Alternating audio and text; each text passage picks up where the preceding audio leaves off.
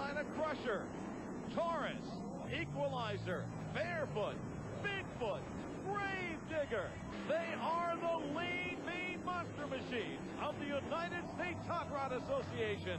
And this is Monster Truck Challenge, cranking up on ESPN, the Total Sports Network.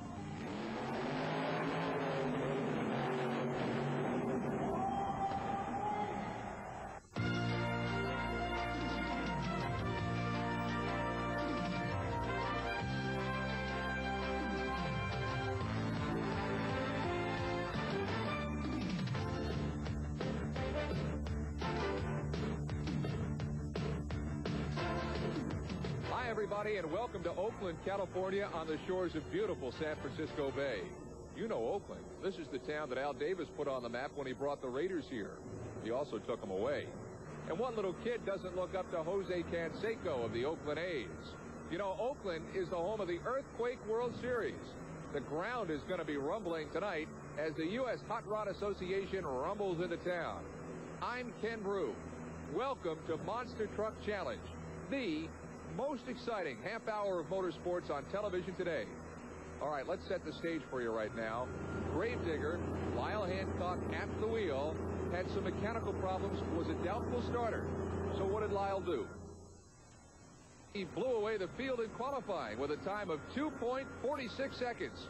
It's never say die for the Gravedigger 4x4 team out of Kill Devil Hills, North Carolina. So based on the qualifying times, here's what the first round looks like. Taurus takes on Equalizer, two scorching hot trucks in that round. Barefoot faces Carolina Crusher in one of the oldest rivalries in monster truck racing. And Bigfoot tries to bury Gravedigger. Hey, let's go racing. Here's Joe Lowe. The crowd in Oakland is ready. The trucks are ready. And David Morris out of Springfield, Tennessee, and the Equalizer, no stranger to monster truck racing fans, is going up against the world champion, Jackie Willman, and the Taurus monster truck in the far lane, the Equalizer in the near lane. Jackie and his dad teaming up have one of the most powerful racing teams in monster truck racing today. Taurus catches the Equalizer napping. The world champion is off and moving before Equalizer even saw the light. And that little bit of a nap cost David Morris a win in round number one as the world champ goes to our semifinal action. Our next matchup between Gary Porter's Carolina Crusher and Fred Schaefer's Barefoot. The Barefoot monster truck struggling early in the season in our monster truck challenge, and Fred Schaefer is a guy that's a perfectionist. Out of Pontoon Beach, Illinois, Freddie knows this track. He's been studying it all afternoon. Gary Porter, the lone wolf, travels by himself on the circuit. He knows it's do or die against the Barefoot monster truck. There's a good picture of the single Gary Porter. We're ready to go. And Fred Schaefer with a good hole shot. Almost puts it up on its end. He powers out, thumbs up to the crowd, and Fred Schaefer picks up a win. Now look, the front tires were a little bit out of shape as he came over that first set of cars. But he straightens out in the air, and boom, power out. Fred, you're going to go over if you're not too careful. In monster truck driving, that's exactly what you have to do. You don't hit the brakes, you have to power out of it. Here's a matchup, Bigfoot and Gravedigger. Now remember, Dennis Anderson has not been driving Gravedigger early this season. It's been Lyle Hancock. Lyle taking over those Gravedigger duties, and boy, does he have one to handle. Andy Brass up in the Bigfoot monster truck.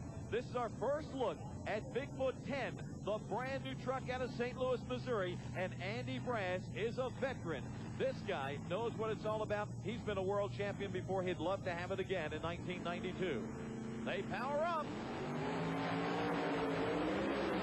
And Bigfoot smokes the Gravedigger in round number one. The Bigfoot monster truck, Bigfoot number 10, more awesome than any truck heretofore. He comes over beautifully, beautifully staged, hit that first set of cars, and boom, Andy Brass in the big blue Ford goes to semifinal action in Oakland, California. Ken Brew, that's round number one.